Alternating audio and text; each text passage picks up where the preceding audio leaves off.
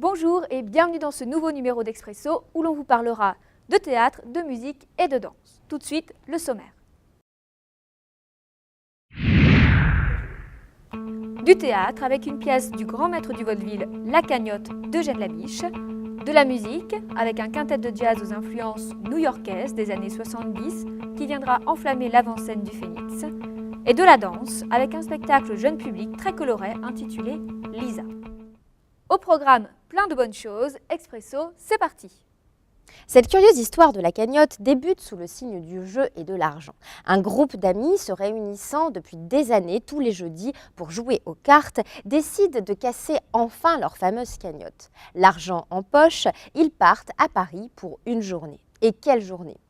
Cette troupe de notables provinciaux part à la découverte des lieux parisiens les plus pittoresques. Du restaurant hors de prix, en passant par les séances de shopping interminables pour terminer dans une agence matrimoniale, cette joyeuse troupe va vivre une folle journée aux allures de cauchemar éveillés. 137 francs 25 centimes 137 francs! Vous vous êtes dit, ce sont des provinciaux, il faut les plumer. Messieurs, nous sommes aussi malins que toi, mon petit. D'ailleurs, les prix sont sur la carte. Donnez-moi la carte. Voilà, monsieur. J'en étais sûr. Melon, 1 franc la tranche. Pourquoi vous portez 10 francs? Vous êtes un malfaiteur. Il y a 10 francs, monsieur. C'est le cadre qui cache le zéro. Oh! Nous sommes volés. Les zéros sont cachés. Mais nous ne paierons pas. Où est le patron? Dans le salon à côté. La cagnotte est un divertissement irrésistible et burlesque agrémenté de chansons. Eugène Labiche y dresse un portrait au vitriol de ses contemporains, mettant en scène la médiocrité et la bêtise d'une petite bourgeoisie ambitieuse et corrompue. Adèle Hakim et ses comédiens terriblement allumés rendent un bel hommage à ce créateur de caractère universel qu'était Eugène Labiche. À voir urgemment. Voyons, puisque vous voulez parler, parlez encore une fois. Asseyez-vous. Voyons, levez-vous. Mais pas vous, asseyez-vous. Ben, levez-vous. Oui, vous.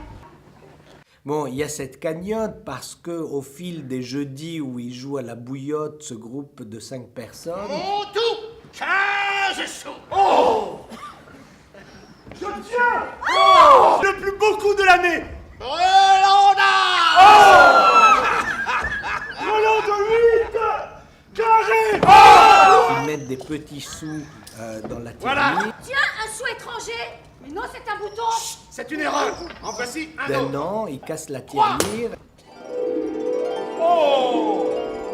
Que de sous! Et ils vont décider de ce qu'ils vont faire de cette tirelire. Alors évidemment, ce qu'ils vont faire de cet argent, c'est consommer, consommer, consommer avec frénésie. Puisque déjà l'heure s'avance, ne perdons pas un seul moment. Il faut aller dans le silence, procéder au dépouillement.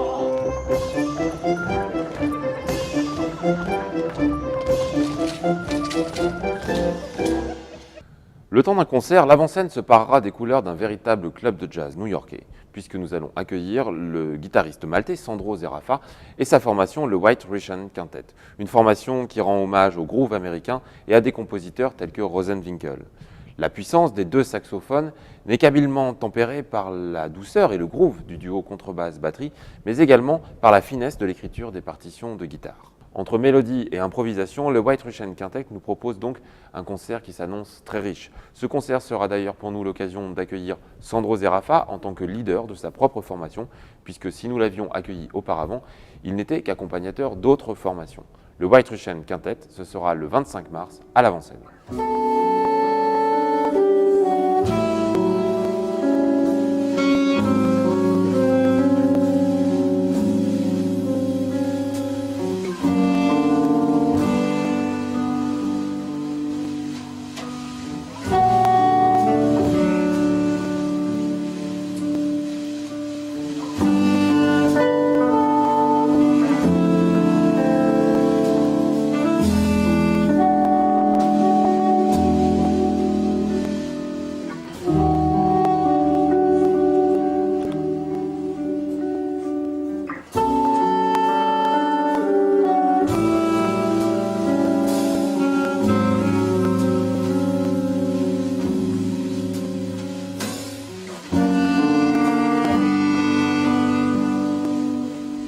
Dans un monde où les pas cadencés des passants rythment les matins de nos villes, les costumes grisâtres et monotones se heurtent, se croisent et déambulent avec indifférence. Rien ne semble pouvoir perturber ce ballet urbain, mais ce n'est pas la vie de la petite Lisa. Cette petite personne habillée d'une robe rouge coquelicot vient danser et chanter dans ce ballet incessant, apportant ainsi toutes les couleurs, la légèreté et l'innocence de la vie.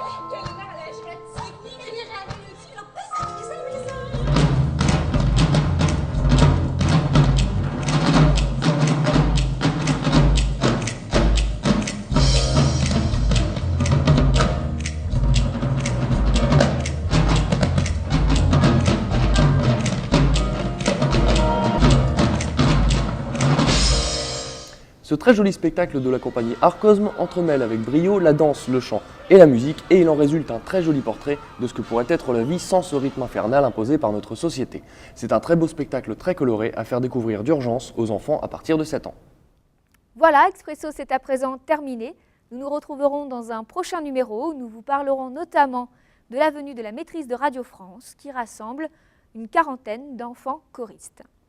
Ciao, bonne semaine!